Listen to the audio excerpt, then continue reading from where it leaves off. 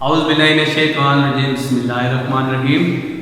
10th class का chapter number 11 unit sound वो हम पढ़ रहे हैं। इसमें हमारे पास फिर आज एक लॉन्ग क्वेश्चन है, इंपॉर्टेंट क्वेश्चन है, पेपर में आ जाया करता है 11 चैप्टर के लिहाज से। ठीक है, इस टॉपिक का नाम है, आपने ये बताना है कि longitudinal nature of sound wave. ये आपने साबित करना है कि जो साउंड वेव्स हैं इनकी जो नेचर है वो लॉन्गिट्यूडिनल है। ठीक है, साउंड वेव्स की जो नेचर है उसकी जो खासियत है वो लॉन्गिट्यूडिनल है। आपने ये बात साबित करनी है, उसके लिए हम एक्सपेरिमेंट करेंगे। ठीक है, इस डिवाइस के बारे में आप काफ़ी हद तक पढ़ चुके हैं।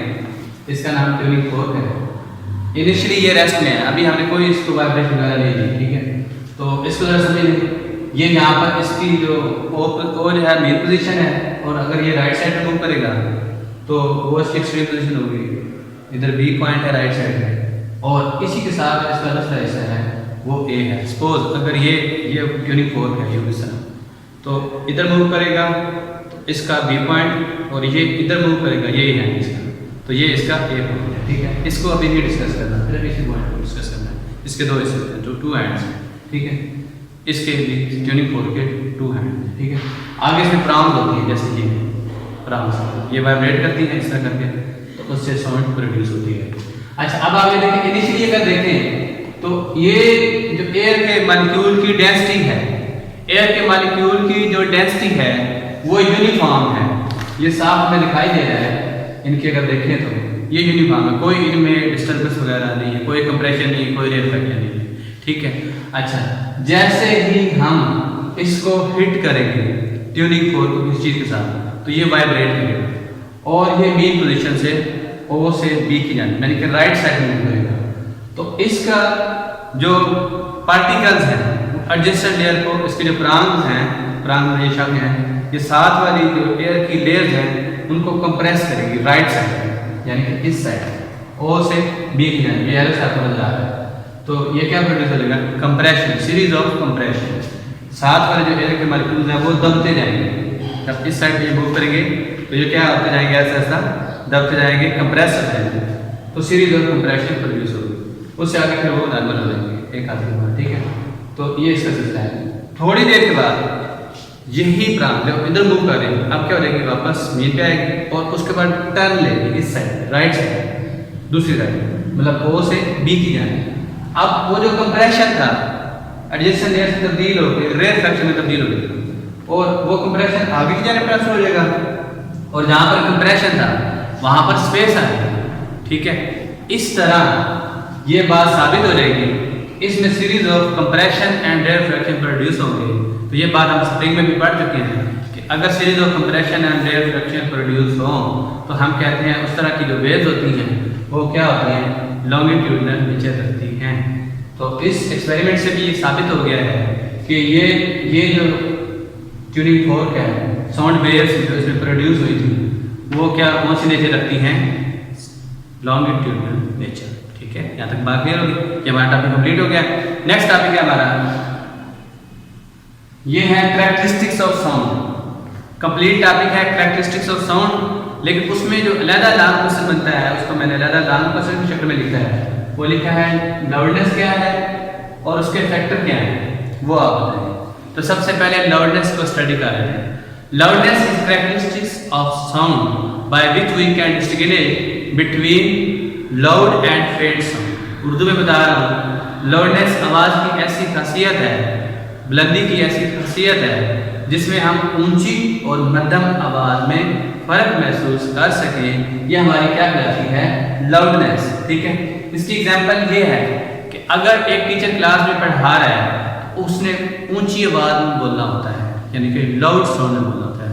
और इसी तरह अगर स्टूडेंट बैठे हुए हैं तो उनको अगर आपको कोई बात करनी भी पड़ती है तो वो बहुत आहिस्ता से बोलते हैं, तो वो फेंट साउंड होती है। इस तरह हम लाउड और फेंट साउंड में जो फ़र्क महसूस करते हैं वो हमारी क्या कहती है, लाउडनेस। एग्जांपल भी होगी, डेफिनेशन भी। आगे इसके फैक्टर्स हैं, लाउडनेस के कुछ फैक्टर हैं जो इसको अफेक्ट करते हैं, यानी कि लाउडनेस का इन्हिसार किन चीज़ों पर है, कौन से वो अमिल हैं। सबसे पहले है एम्पलीट्यूड ऑफ वाइब्रेटिंग बॉडी। जिस बॉडी कि हम बात कर रहे हैं, जिसको डिस्कस करेंगे, उसका अगर एम्पलीट्यूड ज़्यादा होगा, अगर उसका एम्पलीट्यूड ज़्यादा होगा तो लाउडनेस भी क्या होगी, ज्यादा होगी। अगर एम्पलीट्यूड कम होगा उसकी लाउडनेस क्या होगी, कम होगी।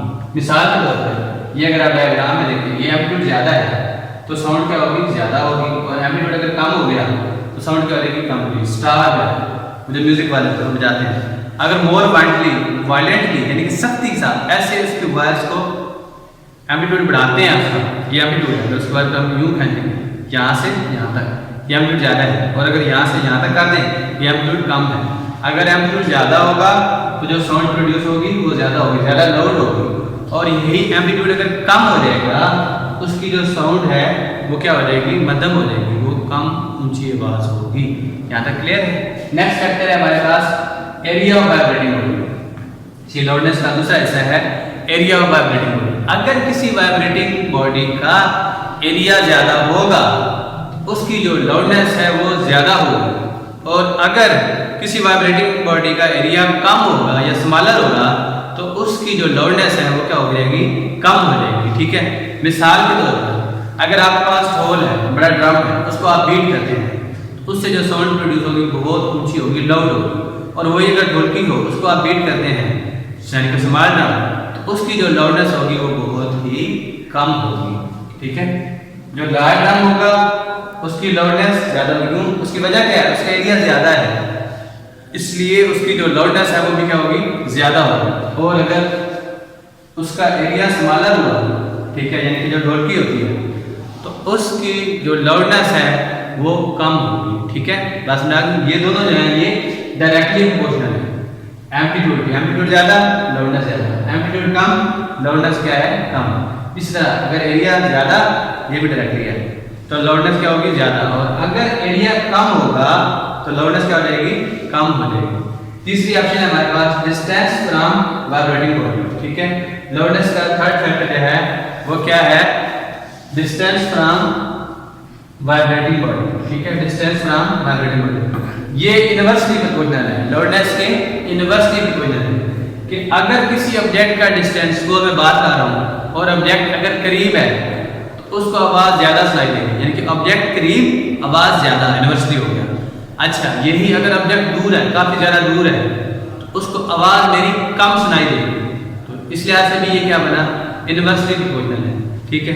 इन चीज़ों पे लाउडनेस डिपेंड करती है। तीसरा हमने डिस्टेंस की बात कर दी। एक और चीज़ है जिस पे लाउडनेस डिपेंड करती है वो है physical condition of the listener.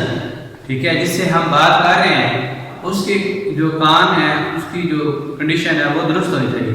अगर लगा करें, अगर उसको कम सुनाई देता है जिससे हम बात कर रहे हैं, तो उसको हमारी आवाज़ सही सुनाई नहीं देगी या उसको कम लाउड सुनाई देगी। ठीक है। तो ये हमारे टॉपिक्स कंप्लीट हो गए हैं। अगर इनमें किसी भी बच्चे को कोई प्रॉब्लम हो तो वो कमेंट्स में हमसे पूछ सकते हैं।